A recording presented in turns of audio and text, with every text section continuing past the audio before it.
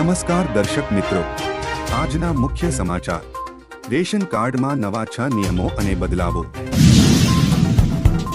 2024માં નાગરિકોને ફાયદો. One nation one ration card હેઠળ ચાલુ કરવામાં આવેલા રેશન કાર્ડ પોર્ટેબિલિટીનો લાભાર્થીઓ મોટા પાયે લાભ થઈ રહ્યા છે.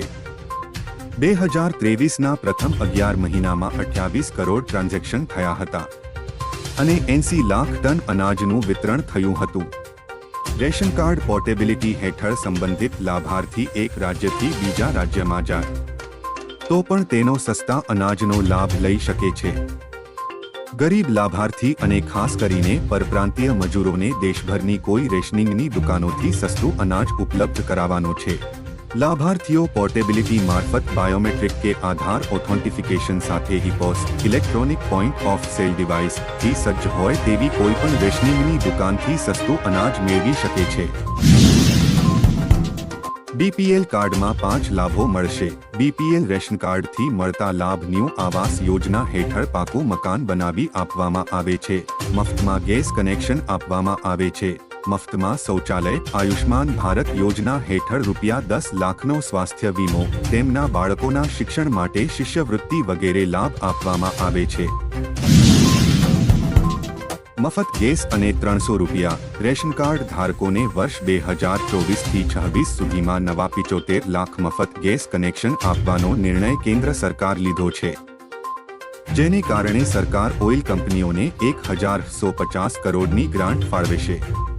સરકારે છેલ્લે ગેસ ભાવમાં ₹200નો ઘટાડો કર્યો હતો અને ઉજ્જવલા યોજનાનો લાભાર્થીને વધુ ₹300ની સબસિડી આપવામાં આવી રહી છે. આવનારા 5 વર્ષ લાભ મળશે. સરકાર દ્વારા રાષ્ટ્રીય અન્ન સલામતી કાયદા 2013 હેઠળ 5 વર્ષ માટે વર્ષ 2028 સુધી સરકારી અનાજ વિનામૂલ્યે આપવાનું જાહેર કરવામાં આવ્યું છે. યોજના અંતર્ગત ઘણા જિલ્લાના ઈ-શ્રમ કાર્ડ ધરાવતા કામદારો અને શ્રમિકોને લાભ મળશે. 2024માં નવા લોકોના રેશન કાર્ડ બનશે. અસંગઠિત અને સ્થળાંતરિત શ્રમિકો માટે વિશેષ અભિયાન હાથ ધરવામાં આવશે. તંત્ર દ્વારા ઈ-શ્રમ કાર્ડ ધારકોને રેશન કાર્ડના લાભાર્થી તરીકે સમાવેશ કરવામાં આવશે. સરકાર અસંગઠિત ક્ષેત્રના કામદારો અને મજૂરો માટે ઈ-શ્રમ કાર્ડ યોજના ચલાવી રહી છે. આ અંતર્ગત સરકાર અસંગઠિત ક્ષેત્રના કામદારોને મફત અકસ્માત વીમો આપી રહી છે. તે જ સમયે ઈ-શ્રમ કાર્ડ યોજનાના નોંધાયેલા સભ્યોને પેન્શન આપવાની યોજના છે.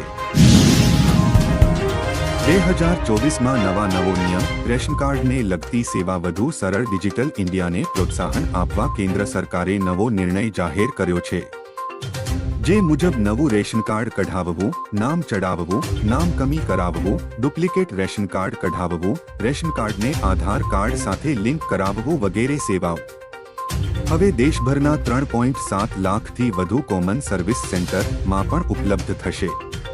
આ સેવાઓ માટે હવે રેશનિંગ દુકાન કે મામલતદાર કચેરી ખાતે ધક્કા નહીં ખાવા પડે અને લાંબી કતારોમાં ઊભા નહીં રહેવું પડે.